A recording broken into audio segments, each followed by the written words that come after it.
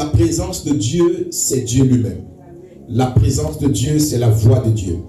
La présence de Dieu, c'est l'Esprit de Dieu. La présence de Dieu n'est pas différente de Dieu. Car quand on dit porte la présence de Dieu, ça veut dire porte Dieu. Alléluia. Parce que là où il y a Dieu, il y a sa présence. Quand je dis porte la présence de Dieu, ça veut dire que tu dois porter l'Esprit de Dieu, tu dois porter le Créateur du ciel et de la terre, tu dois porter celui-là même qui est Dieu par sa puissance, tu dois porter celui-là pour qui tu es né, pour qui tu existes, pour qui tu as été créé, parce que Dieu n'a pas été créé pour l'homme, parce que Dieu est le Créateur incréé. C'est nous qui sommes créés pour lui. Amen. C'est nous qui dépendons de lui. C'est nous qui vivons pour lui. C'est nous qui vivons pour l'adorer, pour le servir. Et la présence de Dieu est une chose que tu ne peux pas négliger. Il y a des gens qui pensent que c'est quand ils sont à l'église que c'est là qu'ils sentent la présence de Dieu. Mais quand ils sont au marché, quand ils sont au champ, quand ils sont au travail, ils pensent que Dieu n'est pas là. Ils ne se disent pas que Dieu est là. Beaucoup de chrétiens ont cette mauvaise façon de concevoir la présence de Dieu, de penser la présence de Dieu. Voilà pourquoi tu peux trouver des gens qui sont très justes, très droits, très zélés à l'église. Mais quand ils sortent de l'église, les choses du monde les accompagnent. Les choses des païens les accompagnent. Ils se mettent à aller dans des endroits où Dieu ne veut pas qu'on aille. Mais ils ne comprennent pas que, mais en fait, le même Dieu qu'ils ont servi à l'église, le même Dieu qu'ils ont reçu en acceptant comme Seigneur Sauveur personnel, mais en fait, Dieu n'est pas là que les dimanches dans ta vie. Dieu n'est pas là quand il y a des séances de prière. Dieu n'est pas là seulement quand il y a des moments de réjouissance dans la présence de Dieu. Mais en fait, quand Dieu est là une fois, il est là pour toujours.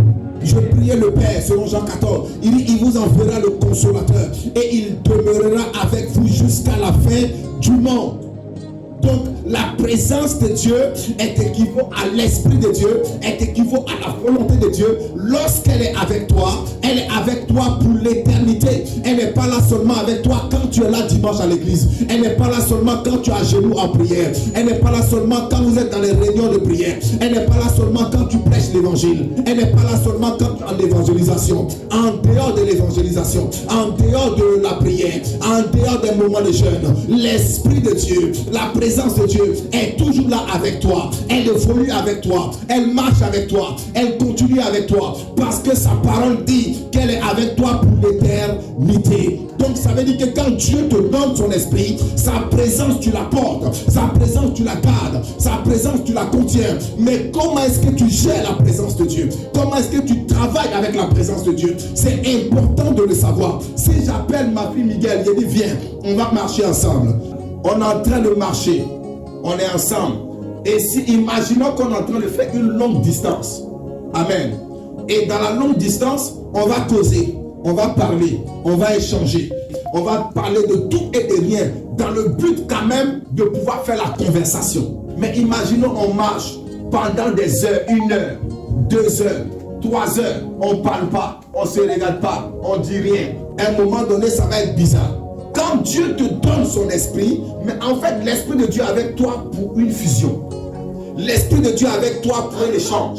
L'esprit de Dieu avec toi pour toujours. C'est pourquoi la Bible dit dans Amos, est-ce que 2 personnes marchent ensemble s'ils ne sont pas encore d'accord? Est-ce que 2 personnes peuvent évoluer ensemble s'ils ne sont pas encore d'accord? Je vous dis ces choses-là pour que vous compreniez que la présence de Dieu n'est pas seulement une sensation. La présence de Dieu n'est pas une émotion. La présence de Dieu n'est pas des chairs de poule, ni un feu, ni une flamme, ni une glace que tu sens sur toi. La présence de Dieu, non. Ça, ce sont les effets de la manifestation de la présence de Dieu. Mais la présence de Dieu est Dieu lui-même. La présence de Dieu est la personne de Dieu. La présence de Dieu est l'identité céleste qui marche et qui travaille avec toi. Donc tu dois prendre conscience de Dieu qui est avec toi. Tu dois prendre conscience et non seulement tenir compte des sensations que tu as. Avoir des sensations sur la présence de Dieu, c'est une bonne chose.